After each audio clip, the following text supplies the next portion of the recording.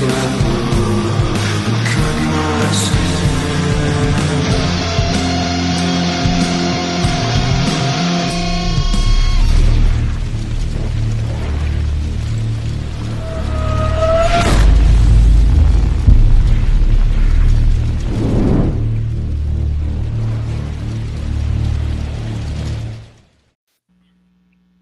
right, welcome to the Boneyard on our Sunday afternoon, baby. We got very special guests. So happy to welcome you back, brother. Please introduce yourself and let everyone know what we're up to today. Hi, I'm Brian. I'm from Children of Metal. We're like an 80s metal revival band. That's what we're calling it these days. Out of North Bay, Ontario, Canada.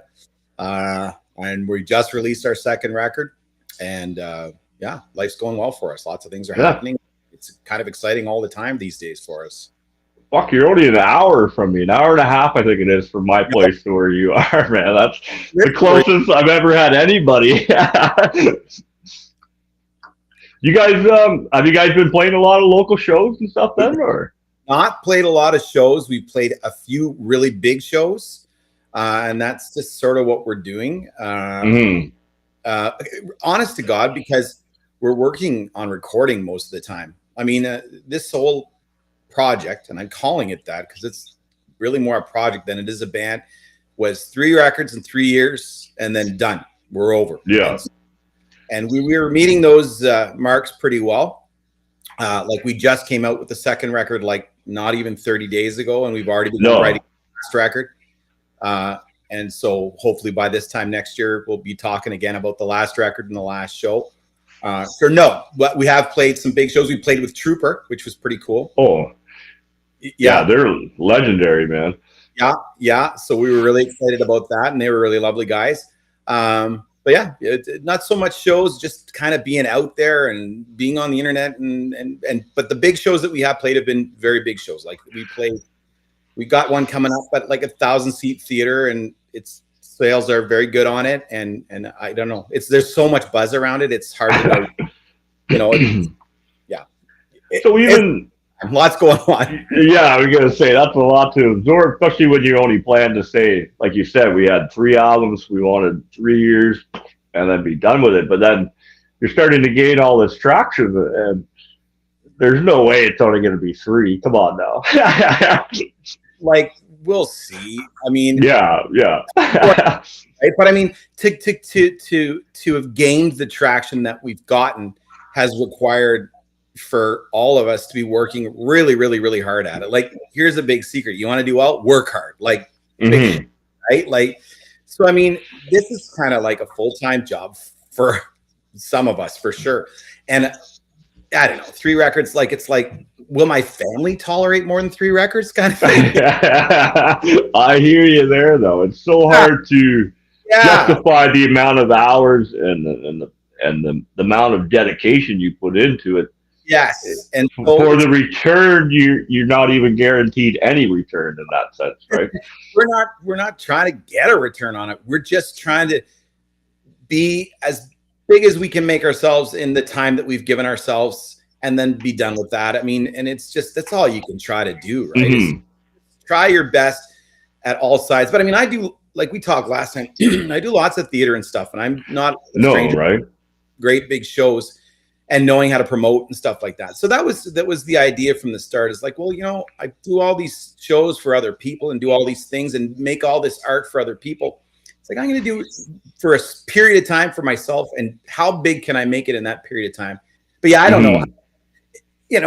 In order for us to go past this, somebody would have to swoop in and say, hey, we really like you guys, and we'll get things from here, and you guys just keep making music, and we'll sort the rest of things out. And I mean, in this world that we're living, what are the chances of that, right? Right. So no, I hear you. Maybe we'll have the odd thing from here and there after that, but I really think it will probably end at 3.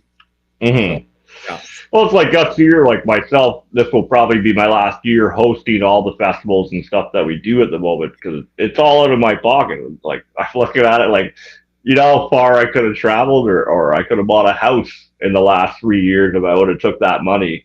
Right. And we're still going to do what we do. We're just going to do it a different way now. We're definitely going to evolve and definitely come at it a little different way, right? Yes. And that's our world too. Like, we're not making any money. Like, you know, we with respect to money, you mentioned money and buying a house. I mean, we're just like, let's just do it the way we do it. And if we can continue to break even, we can continue to do it. And I mean, right now, what are we trying to earn? We're trying to earn a following is what we're trying to do. Yeah, that fan base, right? Yeah. So I mean, if we're working and we're not really making anything, or we're not losing that much, but it grows and grows and grows, we call that exciting as all get out, and we're quite happy. And we're succeeding. Like, it's growing all the time. Like, I just had somebody reach out to me from California the other day. We love your record out here. I'm like, wow, that's so cool. Yeah, my brother Doug that just dropped in. He's out from Vegas way. Yeah. Out that way and stuff, right? Yeah, it was like that for you, eh? Like, you came alive during the pandemic and just kind of did this off your heart, and then it just blew up. I remember you telling me. Is that? Yeah. We're almost 4,000 now. Like faithful followers and shit like that, right? And then it's been quite the ride. It's like, as much as it's not that I want to give it up.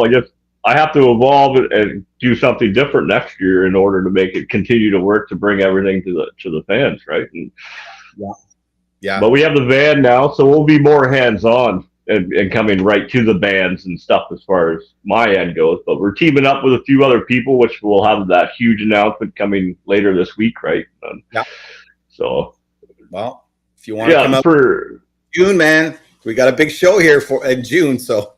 I'll be back in June, man. I'm only heading south for probably 2 weeks at the most this time around, and then I'll be back up. So June, send me the dates over, man. We'll tell the dates right now. Let's promote the show. The North Bay Capital Center. We're there. We have a pile of high school bands opening up for us, which was a choice made, and it's only $15. Again, we're not trying to make a pile of money. We're just trying to put on a really cool show for everyone in the community to come and see. And that's that. So, and high school bands, we're trying to really make something that appeals to everybody, all ages. Like, I'm really of the belief heavy metal has been just such a thing that's only listened to by a narrow margin of people, and it's like it doesn't need that way. I mean, Metallica's gotten so that people listen to it with their kids, you know, like. Yeah, they've changed a lot over the years, though. You see that evolution to where that money kind of, I don't want to say it that way, but the money drew them in a little too much, and they had a few albums that were like, a little too commercial for the scene that they were playing for, in that sense, right? Yes, life after with Load and After Load as like, that's not so much. Yeah. But yeah, sorry, what were you going to say? Oh, I was going to answer Doug's question here. He asked me where I'm heading. I'm heading down to Indiana, and then I'm heading home to Texas. And then. Oh, are we live right now? Yeah, bud. Yeah. Okay, cool. Sorry, I know you've been on the show before. I figured you just knew how it went, right? Yeah, I like doing live. I do edit the cooking show and then my Gypsy Lights that we're doing now too, right? And then, but to edit this on top of everything else, plus, like you said, I got to work full time as well, plus do this, so I don't have the time. So I'm like, let's just do it live. It's no different than you getting on the stage, in that sense. Like, yeah, you just got to do what you do and then get back to it. You have good shows and you have bad shows. You know? Yeah. So Doug down. Go ahead, man. Yeah, I was saying we got all these kids opening up, and we're really excited because we were like, well, who do we want to be on stage with? Because it's a good gig, so people want it. And we're like, we're trying to bring in people of all ages. And then I was like, why don't we get a bunch of young people up here? I mean, honestly, at my age, to walk in and see a young band, even one that's not particularly good, it's so exciting to watch young people just slogging it out on a stage. We all were there. We all were in that garage at one point and just trying to be rock stars, Yeah. And we were like, how cool would it be if we swooped out of nowhere and just gave these young kids this opportunity to play this giant stage in front of a huge audience? How exciting would that be for us to watch those guys from the side just be like, oh my God, like, I can't believe we have this gig, And the more we're like, this is such a win for everybody. Like, everybody wants to see these kids up on stage. We want to see it. The kids want to be there. So we reached out and we got all these young guys playing with, and they're all freaked out. They're like, because it's a big venue, it's a 1,000-seat theater. So to go from that's a pretty good show. Yeah, and it's a beautiful theater too. So to go from your garage to like that, they're like, I can't believe this is going on. So it's been really fun working with all these young guys, and we sort of have them all coaches. I said, if you guys sign on, we'll get you looking awesome by the time this show comes, and get you right tuned in. So so we're sort of coaching along these young bands to get them looking really good for this show, and it's been really fun, that whole aspect of this thing that's coming up at the Capitol Center. Yeah, Doug and them down there with RFL Records and shit. They do a lot of this stuff. They're actually apparently doing something very soon next month. They're kind of similar to what you're doing with the younger crowd. And giving them that shot. Like we all know how the music industry is, man. You need people like yourself and Doug and them. You need that little step up, that hand, that guidance. Yes, for sure. That's amazing. You're giving them that all. Like, I can only imagine what's going on. They're probably practicing 23 hours a day right now, right? Yeah. And it's cool because I'm saying, can you guys just send me little updates as to how you're doing? And so I get little audio recordings from these bands and you can hear it. Like you can hear that they're practicing all day. I would imagine when this is done, they'll all have gotten 10 times better working to get to this show, like 20 years from now, that was as a musician, like you often have that turning point as a young musician where guys sort of put the guitars in the closet and never play it again, or you turn the other. It's time to learn how to actually do this, and then it becomes something you do for the rest of your life. So I suspect for guys, this will be that moment where it was like things got pretty serious after that. So we have a friend coming in. Oh, you're gonna say, you got somebody coming in there. My buddy's place this morning. His fucking dog loves me, man. I can barely sit down and just mauls me. It's like, Yeah. So. But yeah, like Doug's saying here, they're the rock stars of tomorrow. Like Metallica, as we talked about, they started in the garage playing fucking just them in high school, like with no fans, right? Like everybody starts in a garage somewhere, and and then something happened. For me, when I was young, that like I just got hooked up with the right crew of guys, and there was one guy who was serious enough that suddenly songs started to feel like something, and then it was like, oh, we can do this, and there was just that spark of belief, and the next thing you knew, we were doing it, and we were playing regularly in high school, and we had really neat gigs in high school because we did really well with it, but it was just that one little thing, and here I am, right, all these years later, still doing it, and it just starts with that one moment for sure. Yeah, but in a sense, you're passing that torch on to the newer bands as well, which a lot of them, especially lately, it's been pay to play. You gotta fucking, we could go on and on about the garbage about the industry. You know what I mean? But there's not really an industry to speak of anymore. Like in our sense, being in the indie scene and the underground, and that like being the offbeat path where we took. Like we all know, metal and heavy, even hard punk and stuff doesn't get that play. It's all a different scene. We find out through our friends and shit. We didn't hear the music on the radio. It's our friend played it, or you heard it at a party, or like you said, you hit a bar and look at this band, and now you're a huge fan. Like, people don't understand that either. Like, because they've grown up in worlds where they've got Spotify and YouTube and everything, and it was like. What was it like to hear Number of the Beast in 1987? I know it came out before that. I just think that when I come across it, it's like, you're not hearing that anywhere. Even if you're in Toronto, you're not really going to hear that on most of the big stations. So it was just because it was really considered to be kind of risque, a lot of that music, and taboo, So you didn't hear it. And the kids don't get that these days because everything's accessible, right? Like through Spotify or wherever you want to get it, right? But it made it kind of exciting for sure. Like even with the algorithm too, they're still just getting straight up mainstream, the highest stream shit. And it's like that's not where you should be looking deeper into it. You're only reading the headline of the article. You're not reading the whole article. It's tough, man. Like when you've got the computers are feeding you. Although I guess really. The record companies have always, by feeding you, I mean just feeding you what the algorithm is going to pump out, right? But and that's kind of no different than it's ever been. I mean, what's on the radio? what the record company picked to be on the radio was what was always on the radio, you know? So, Well, at one time you could go and you could hand in your record or your little tape, and they might play it if they liked it.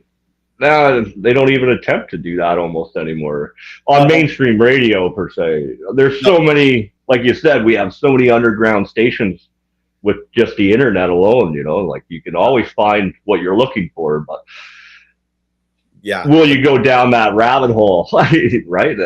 And actually look for what you really want in that sense, not just accept what they're fucking playing for you, right? Right. Absolutely. Yeah. Yeah. It's wild times to try to be a person who makes music. You really got to love it, man. But again, you always do it if you're going to try to really do it. So. Well, we're seeing a huge change now. There's so many independent artists now. Like there's almost no such thing as mainstream in that sense. Well, like what it's almost dying. It's dying. It's definitely dying for sure. Yeah. I mean, and you hear about these like sorts of like 360 deals, I think they call them. That you know what I'm talking about? I think so. It's like if you sign with this is my very vague understanding of it, but if you sign with these major labels, it's like they own every part of you, and that your capacity to make a living off of it is significantly reduced because of that. This is my understanding of things. So if you're not selling your own records and your own shows, then good luck with any of it. You might get a lot of promotion, but you won't have money you won't see money from it. Again, it's very, very little in that sense. Like, and then they own your shit for a certain amount of time. It used to be 7 years, but they're in the middle of changing all that. So I think 30 years is what the standard's going to like. No, I'll just keep my music. Right. I'll put my money in my pocket instead. In that sense, like as much as I would want to make millions and play in front of millions of people, I'm not giving all up. I'm not giving you control over my music. You're not going to say how we do the album. It's going to be up to me and the band in that sense, or yourself and your band, right? Like, right.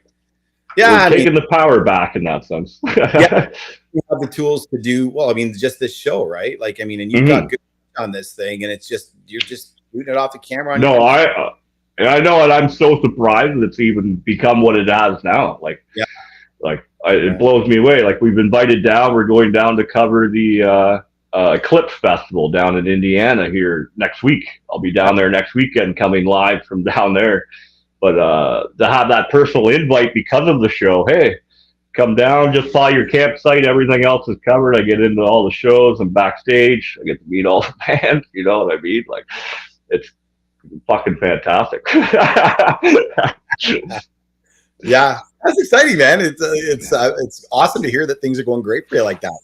No, and it's so surprising. Like, like you said, it just started off with 1 or 2 people that watched the show, and then now, the page blew up. Last year, it's really exploded in the last fucking year for sure, compared to what we were and what was happening, right? Huh. That's cool. So you guys, you've grown. Like your viewership has grown in the last year? Yeah, I'm up over. I think we've gone up 2,000 followers this year. Wow, good for you, man. Yeah, which blows me even to get 1 follower. I'm like, oh my god! All right, so you talk about the record industry, and it's like, never mind the record industry. The secret is simple: just lead with your heart. Like, do this that you want to do because you want to do it and you love it. Like, you started this. I gather you started the show because you like metal. You talking about it, and you didn't give a shit if you were talking to 1 person or 5 people, and you just want to talk about metal on the internet, and here we are. That's right how the cooking show last year come about. I'm like, I've always wanted to do a cooking show. So boom, what do you mean? I just realized I own an entertainment network. I'm gonna do a cooking show, right? And then when we bought the van, it come up, why don't you fucking film all that and record all your gypsy life and shit and living on the road. It's like, fuck, great idea. So now we have that show coming. We got 4 episodes out already this year, That's awesome, man. Yeah, so just lead with your heart, man. Just do what you love. Don't bother trying to get famous. It's a waste of time. Just try to make the best stuff you can do and do the stuff that you want to do because you love it. And like, I think that's why we're here too. Again, we chose to do the things we did, not to try to be anything. that's where we wanted to play. That's what we wanted to do. That's the music we wanted to make. Like, who's the biggest fans of our band? We are. We love it. And if nobody else loves it, that's fine with us. Yeah. Like, it's okay. Like, it doesn't hurt my feelings. It's okay.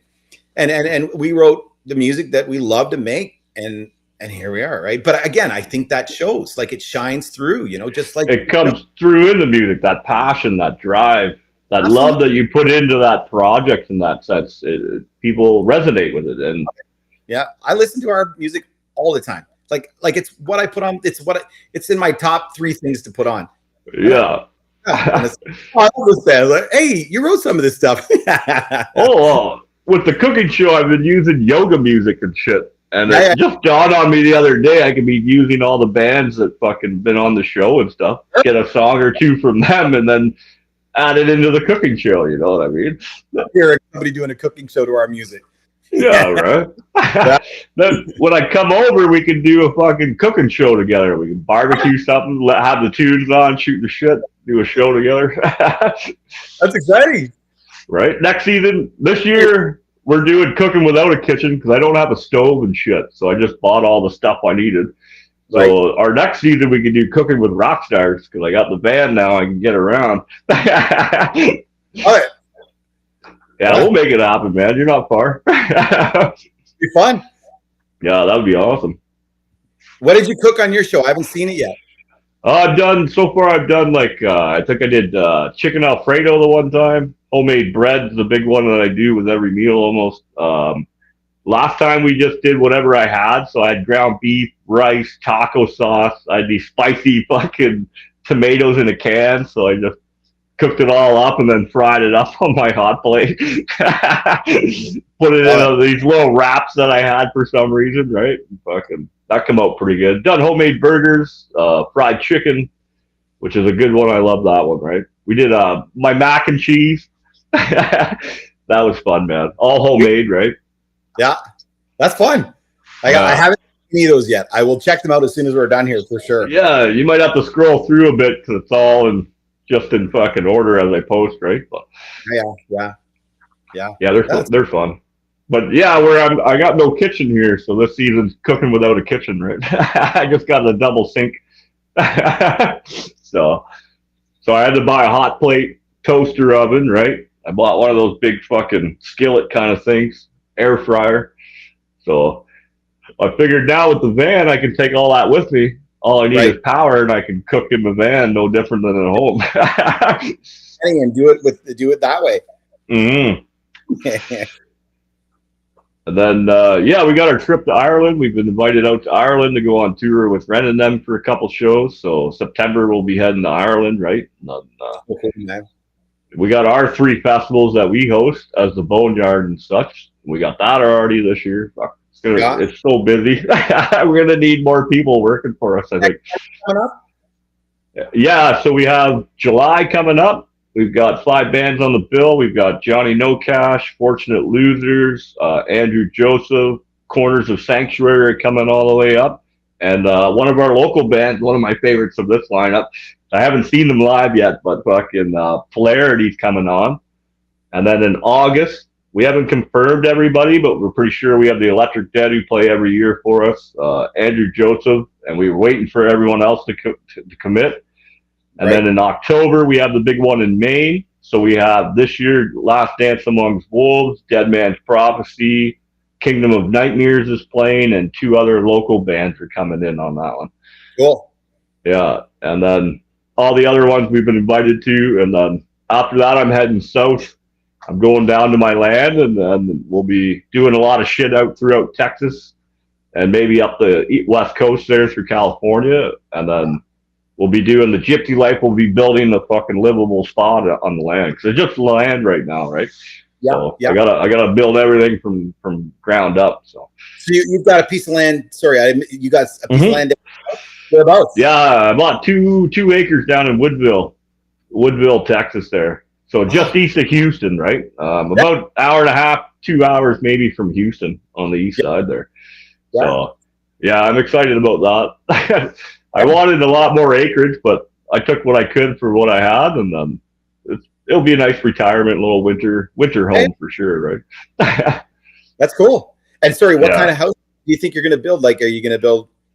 I've always envisioned little areas. So, you know, those sheds with like the front porch and shit. One would be the bedroom. The other one over here off the circle would be like your custom shower, bathroom, huge bathroom, right? And then a little guest room. And then the cooking area will be in the center, have an all outdoor cooking area, right? Especially in that part of the world, that makes a lot of sense doing that. Yeah, it's like, it's fucking warm all the time. And I'll be up here working this year anyways for the summer. So I don't really need to be down there when it's 900 degrees. I'll go down in the winter when it's like 80 degrees. Yeah. Oh, good for you, man. When did you buy that? Hey? When did you buy that piece of land? Just before Christmas of this year. Ah, good for you. That's awesome. Yeah, I scooted down, met up with my friend a friend of mine sold it to me. So it worked out all right. Yeah, nice little private sale straight off the books, right? Yeah. Yeah. Yeah, can't argue with that. Go for a while. I'd love to live down that way. That's far out down there. I have nothing in Ontario really. Like none of my family lives here really anymore. Fucking, they're all in different continents or countries and shit. So it's like, what am I doing here? Work. Like, so I got it for a great price. I got the dual citizenship, so why not? Like, what? Yeah, like, cool. I can live and work anywhere in North America. So right. And how you like it, Sudbury? I like it. Yeah. It's nice, especially where I am. I'm kind of on a dead end road too. So I'm like the second last house on the end. So there's not much traffic. The weed store, grocery store, beer stores, all walking distance, right? The bookstore's walking distance from here. Yeah. They got a huge bookstore here, man. Massive. The big chapters? No, it's like a little independent one. I forget the name of it now, but yeah, they got like 150,000 different books and genres and shit all in there. It's a good bookstore. If you're looking for books in Sudbury, definitely go to there. Yes. Yeah. There's no bookstore in North Bay, really. It's a real shame. No. I've only been there a couple times, North Bay there.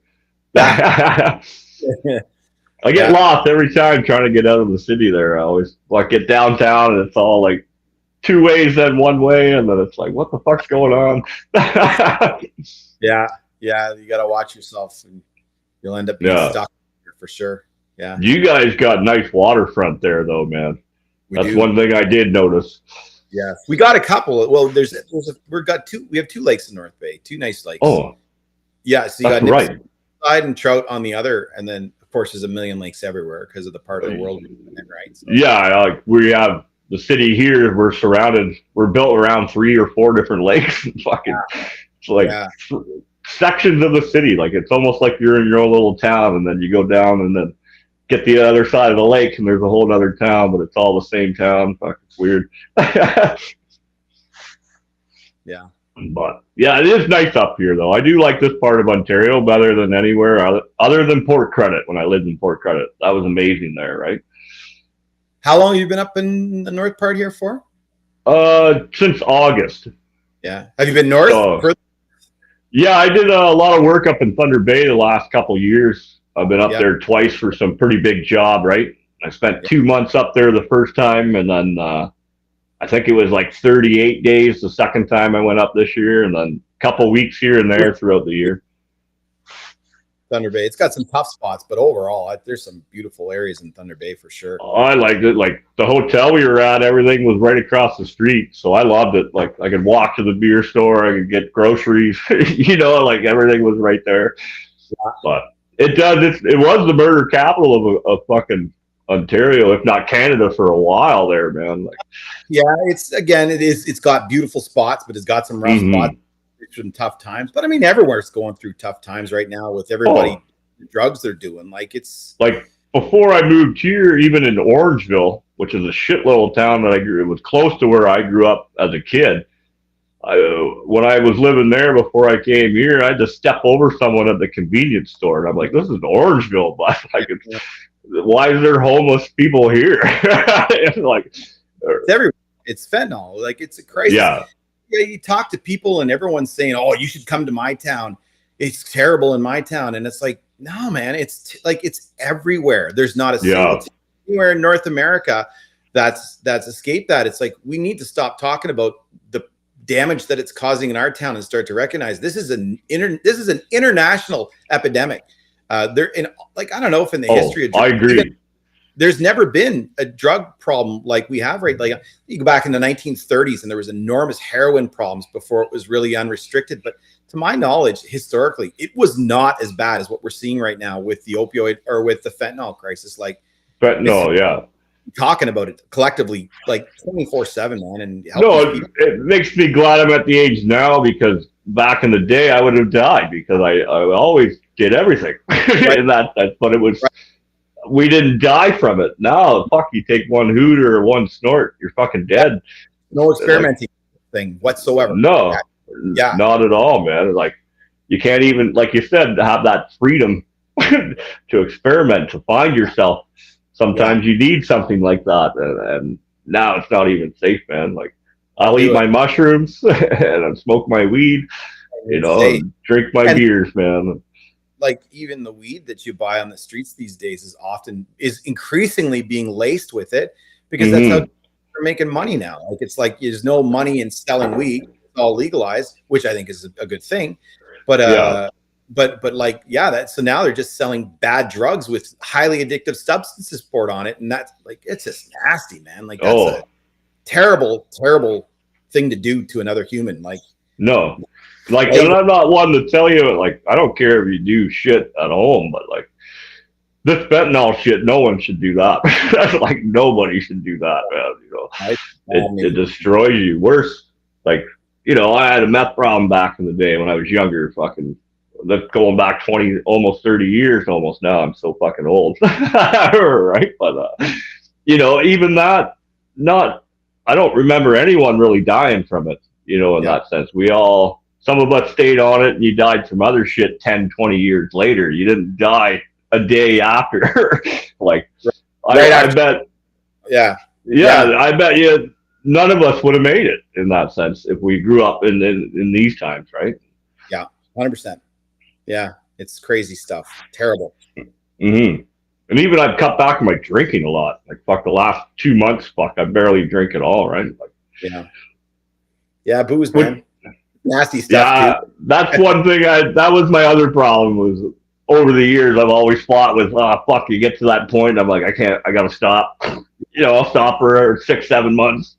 Then for the next year, you're slowly getting back into the fucking Frank the Tank. Right? Yeah. This trip will be a big tester for me on how much I'm drinking and what I'm doing, right? Right. But I'm working the whole time. Like, I'm not just going for fun. Like, I've got to film all this. I've got to arrange the interviews with all the bands while I'm there on the fly and work with their schedule according to when they're on stage and shit. It's like, Probably not the time to be all wasted on whatever. No, not at all, man. Maybe when I get back, I'll celebrate, have a few beers at home. Yeah. But, so you guys have merch and stuff? That's one thing I always got to ask, right? Tons of stuff. We've got 2 vinyl records now. Although the second vinyl record is so cool. You got guys coming in from New Zealand and everything. She's a good friend of mine. I met her throughout the show, being a fan and get shooting the shit. Yeah, fucking great person, man. We've got our second record is just getting pressed. We've released that record onto all streaming platforms, so it's on Spotify and everything. So again, if anyone's listening, Children of Metal on Spotify, go listen. You'll love it. If you like 80s metal. I always have to say that too, because everyone hears metal into our band and like, that's not metal. I'm like, it's 80s metal. A lot of 80s metal is like hard rock, So, but there's lots of thrash and stuff mixed in there. But anyways, I digress. Yes, shirts, and we got stickers, and we got records, and we got all kinds of stuff. Although we don't really have an online shop. It's mostly just sold locally through friends and shows. But I would say if anyone ever wants anything, just reach out through Facebook. And again, like, we're old guys, so we're on Facebook. We're not really anywhere else. But Facebook, and I can always get stuff sent out to people. And I am sending more and more. I'm sending things all over. I'm sending something off to Scotland tomorrow. That's awesome, bro. Yeah, it's so cool. Like, just it's like people come from the other side of the world and it's like, I heard this thing. And it's like, how did you hear that over there? Like, it's so neat. Like, it's exciting. Yeah, it's well, even having you on as a Canadian band, it's very rare for me now. A lot of them are coming from European bands or Australia, and then New Zealand, Sudan sent me a few bands that we've had on the show, right? And fucking Ireland, right? We just had Ren and them on just recently. A lot from the States. It's like, but at first I did pump like nothing but Canadian bands when I first started, so you gotta give me that. But now it's hard to find Canadian bands, man. I'm like, yeah. So it's nice to see that you guys are local, man. I love that, and that just means I'll be able to see you this year. You know, in June. Yeah, it's a Saturday night. Specifically, we chose a Saturday. It'll be a nice warm night. Let me know if you're coming. I'll get a ticket your way, a couple tickets out your way. Yep, shoot me too for sure. And then maybe we'll talk. Maybe we'll have a little giveaway or something. We'll shoot another 2 tickets out, and I'll cover that, or we'll work a deal out to where we can give 2 tickets out. Yeah, that'd be fantastic, man. But I can pretty well guarantee I'll be there because it's on the weekend too, so that's perfect. I'll just hop in the van. If I can cruise back if I'm working in the city, it don't matter. I'll still be here. Yeah, for sure. That'd be awesome. Yeah, fuck. We'll go live for a few minutes right before or after you're on stage, and bring this up. What you say? Link for me. I'll have all the links and everything in the title once we're all done. Okay. I got doing dishes and sweeping the floor. I meant to load them up before we started and had them in the title, all professional, right? Everyone's busy today doing 100. Yeah, right. Spring's coming, baby. Sun's shining today, so yeah. I'll have the links in the title. I'll have your Facebook link. I'll put up your Spotify link.